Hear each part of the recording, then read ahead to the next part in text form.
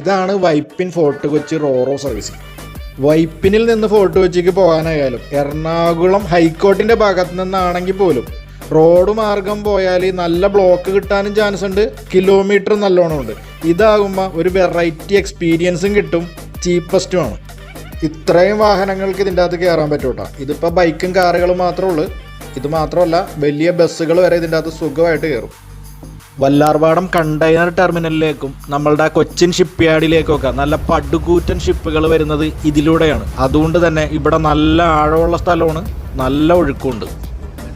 വൈകുന്നേരങ്ങളിലാണ് നമ്മൾ ഇതിലൂടെ യാത്ര ചെയ്യുന്നതെങ്കിൽ ആ സമയത്ത് ഇവിടെ സൺസെറ്റ് കിട്ടിയാൽ നല്ല ഭംഗിയുള്ള സ്പെഷ്യൽ എക്സ്പീരിയൻസ് ആയിരിക്കും.